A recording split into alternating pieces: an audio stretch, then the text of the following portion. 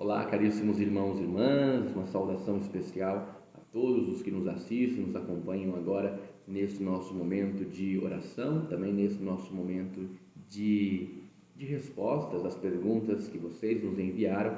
Eu quero desde já fazer com que todos nós possamos nos abrir à graça do Senhor, para que possamos assim, ao ouvirmos estas respostas, possamos também criar grande desejo de edificação espiritual, busca da verdade, e que nós possamos assim curtir e compartilhar este vídeo para que possamos então assim alcançar mais outros irmãos e irmãs.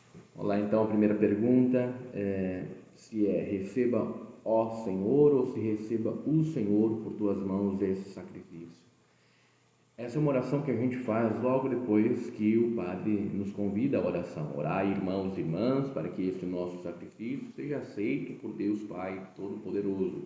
E a Assembleia vai responder: receba, ó Senhor, por tuas mãos esse sacrifício, para a glória de seu nome, para o nosso bem e de toda a Santa Igreja. Aqui fica marcado em primeiro lugar a glória de Deus.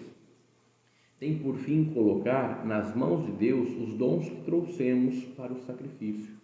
Então, nós fazemos essa ação de entrega, de confiança, de que as nossas ofertas, juntando tudo aquilo que temos e somos, será agora tomada pelas mãos do Senhor, pela presidência ali do sacerdote. É muito importante que a gente responda com bastante piedade e devoção cada parte da Santa Missa, para que a gente se sinta ali ainda mais participante do mistério eucarístico. Mas então a resposta certa é: receba, ó Senhor, por tuas mãos esse sacrifício, para a glória do seu nome, para o nosso bem e de toda a Santa Igreja. Aqui então fica marcado que as oferendas, as ofertas, é para manifestar a glória de Deus. Por isso que nós pedimos que o Senhor tome em suas mãos, não é? Tem por fim colocar tudo que temos e somos nas mãos do Senhor. É um modo de insistir a mesma coisa diante de Deus, como nas parábolas que Jesus contou. Por isso, então, fica esta ação de entrega total, porque aquilo que nós vamos receber vem de Deus, porque nós entregamos pão e vinho e Ele nos devolve corpo e sangue de seu Filho Jesus Cristo. Bom, a segunda pergunta é um pouco mais no caráter devocional. Depois que comungamos o Cristo, devemos fazer o sinal da cruz? Existe alguma orientação para este momento, esta postura? Não existe nenhum momento, nenhuma orientação sobre algum gesto, né? Simples, a igreja sempre fala que cada pessoa recebe o corpo e o sangue de Cristo e deve voltar para o seu lugar e fazer um momento de adoração. Nem diz que deve se ajoelhar ou ficar de pé ou sentar, não há nenhuma orientação sobre isso. Porém, aqui fica então a cargo da nossa devoção, da nossa piedade, que sempre é muito recomendado que a gente faça gestos piedosos, momentos de adoração com o coração contrito, humilde ali, porque recebemos o Senhor em nossa vida. Por isso, não existe nada que diga que seja certo ou errado, mas aqui vai dizer o que toca a nossa piedade popular, a nossa devoção, e que sim, não há nenhum problema as pessoas fazerem sinal da cruz ao receberem Jesus sacramentado, mas também quem não faz não está fazendo nada de errado. O que toca agora é um momento íntimo com a comunhão eucarística que cada um deve fazer. Fazendo assim, a gente se torna cada vez mais próximos do Senhor e em busca da nossa santidade. A nossa terceira pergunta vai falar sobre movimentos, né? É algo de sintonia litúrgica. Quando o traslado do Santíssimo Sacramento, né, passa pelo meio da Assembleia, é preciso ficar de pé ou fazer alguma reverência, né? Claro. Primeiro, aqui deve ficar marcada uma orientação que a Igreja nos dá no Missal Romano, que todo movimento com as reservas eucarísticas, ou seja, as hóstias consagradas que sobraram depois da distribuição, deve ser conduzidas ao sacrário pelo menor caminho, pelo caminho mais breve, para que não exista esta manifestação, porque naquele momento não é uma adoração pública e não é uma manifestação, uma adoração exposta para se fazer um momento de adoração, é o momento da refeição, é o momento de comungarmos. Por isso então que a igreja pede que seja feito tudo isso com muita discrição, E aí que fica a orientação, né? Que quando termina-se a distribuição da Eucaristia, todos devem já ir para a Capela do Santíssimo ou para o lugar mais próximo do Sacrário, para que não precise fazer grandes movimentos depois da comunhão, né? Depois que as pessoas já estão com o Santíssimo, né? Com o corpo e o sangue em seus corações. Por isso, então, é movimento. Mas quem o faz, não faz nada de errado, né? Porque aqui, mais uma vez, é movido pela santa piedade, pela devoção. Não existe uma palavra dura dizendo está errado.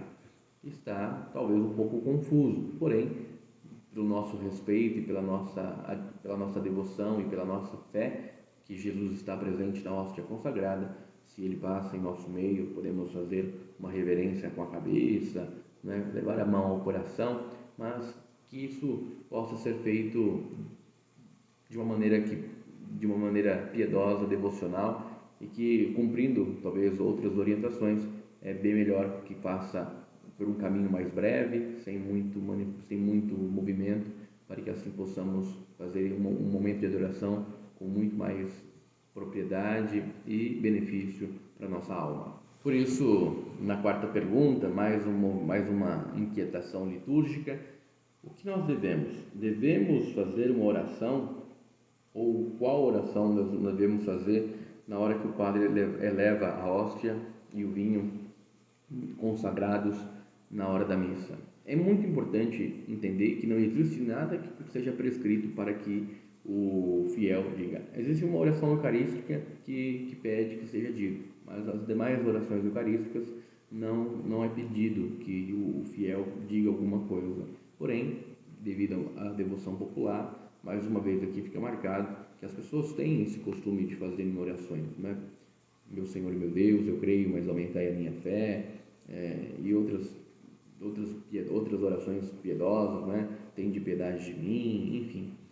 Não é errado, porém, existe uma orientação que deve ser sempre feito isso de maneira discreta, de maneira silenciosa, que não atrapalhe, que não seja evasiva, porque o que é mais importante nesse momento é que a gente veja, que a gente olhe para o pão consagrado, para o cálice com o sangue do Senhor, que nós temos esta ação de fé, de ver, né, a presença real de Jesus nas espécies eucarísticas. Por isso, então, é muito importante que, mais do que dizer alguma coisa alto, não, diga no seu coração, diga no seu íntimo, e que isso tudo possa ser fortalecimento para a sua espiritualidade, e que você não abaixe a cabeça, nem feche os olhos na hora da consagração. O importante é que você veja, é importante que você olhe para o altar e acompanhe a oração da consagração. Chegamos à quinta pergunta, e eu deixei a quinta pergunta por último, para que a gente pudesse fazer um pouco mais, além de uma resposta, uma breve catequese sobre esse assunto, comentar a posição da Igreja quanto ao ecumenismo. Então, esse meu comentário vai estar acima daquilo que a gente vai observando ao longo destes anos todos, né, desde o Concílio Vaticano II, onde se inicia ali um processo de aproximação do diálogo ecumênico, e aqui deve ficar marcado um primeiro momento, né? Então, o ecumenismo na Igreja sempre, ou desde o Concílio Vaticano II, foi valorizado para nos aproximar das pessoas que creem no Cristo. E isso é bom, isso é um grande testemunho para todos nós.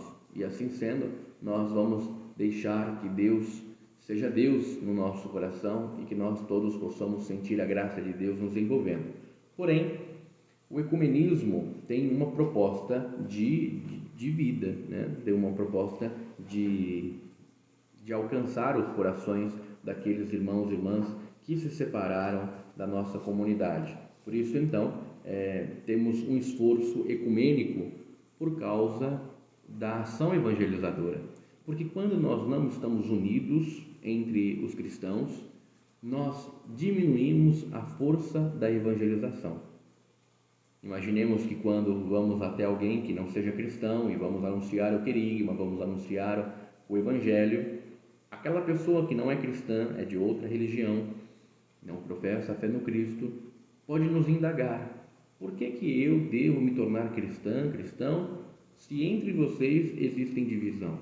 se entre vocês existem discussões, intrigas, isso pode fazer com que a gente não consiga cumprir a missão dada por Jesus no final dos evangelhos sinóticos. Por isso então que a Igreja, desde lá do Concílio Vaticano II, no documento Unitatis Regina Gratio, propõe para nós uma ação ecumênica para que a gente vá em busca dos irmãos e irmãs que se separaram da nossa fé católica.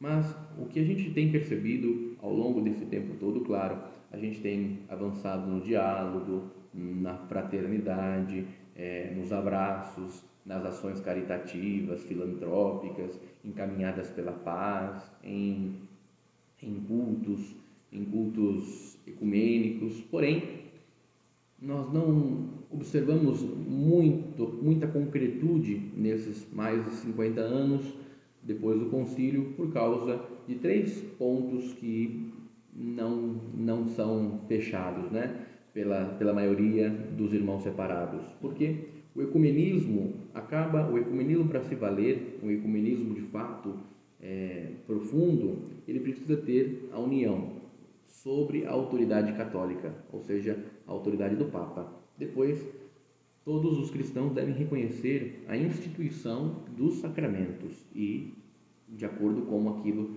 que Cristo instituiu na sua igreja.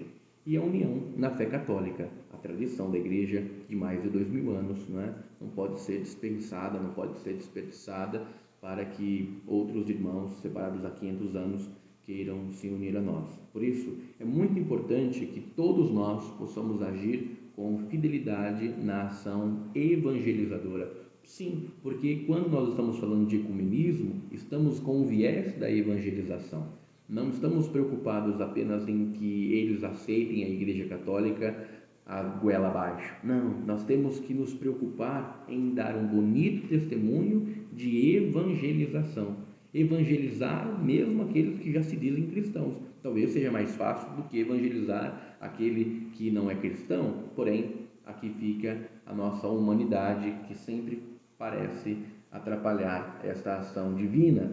Por isso, nós precisamos pedir que o Espírito Santo nos dê toda a ação evangelizadora para que possamos alcançar o coração destes que não estão tão longe de nós, porque creem no Cristo, creem na palavra do Evangelho, creem na experiência querigmática, e tudo isso faz com que a gente entenda que eu preciso, quando vou dialogar com alguém que seja de outra confissão cristã, que eu pregue o Evangelho, que eu dê testemunho daquilo que creio, daquilo que professo, daquilo que vivo, ou seja, eu preciso anunciar o querigma e viver o querigma de uma ação evangelizadora para que aqueles que estão separados possam retornar à fé católica, para que possam eles viver aquilo que eu vivo, para que todos aqueles possam se tornar um só corpo e um só espírito.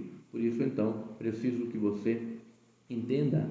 Esta é a ação da Igreja para o ecumenismo. Fora isso, nós vamos continuar apenas dando abraços, plantando árvores, fazendo um diálogo bonito de paz e amor, porém é preciso mais do que isso. A Igreja pensa mais do que isso e quer mais do que isso. Quer que todos possam vivenciar a fé cristã de uma maneira única, exclusiva e sendo ela um grande testemunho de força evangelizadora para o mundo. Então, por isso que a Igreja trava ainda essa batalha, essa luta para propor o ecumenismo, mas um ecumenismo com viés de evangelização. Fora isso, ficamos apenas num ecumenismo de respeito, de diálogo, cada um vai até o seu limite e nos respeitamos. Claro, isso é muito proveitoso, tem o seu valor, porém não é o princípio e o objetivo maior do ecumenismo na nossa igreja. Nosso ecumenismo com as igrejas sérias, com as igrejas cristãs sérias, é para que todos nós possamos nos unir em vista de uma boa e forte evangelização, para que entre nós não tenhamos nada que atrapalhe a ação evangelizadora. Tá bem? Deus abençoe a todos, que nós possamos nos recomendar sempre a oração e que você possa sempre rezar por nós e eu rezo sempre por vocês e que Nossa Senhora, a mãe de toda a igreja, possa nos unir cada vez mais no amor do seu Filho Jesus Cristo. Em nome do Pai, do Filho e do Espírito Santo. Amém. Olá, e não se esquece de mandar mais perguntas para a nossa Explicação Católica. O nosso programa, o nosso momento de oração, momento de explicação, só é possível se vocês nos enviarem suas perguntas. Pergunte com carinho e nós vamos responder com todo carinho no nosso coração também. Então, eu estou esperando as suas perguntas, mande para que a gente possa se preparar para a próxima Explicação Católica.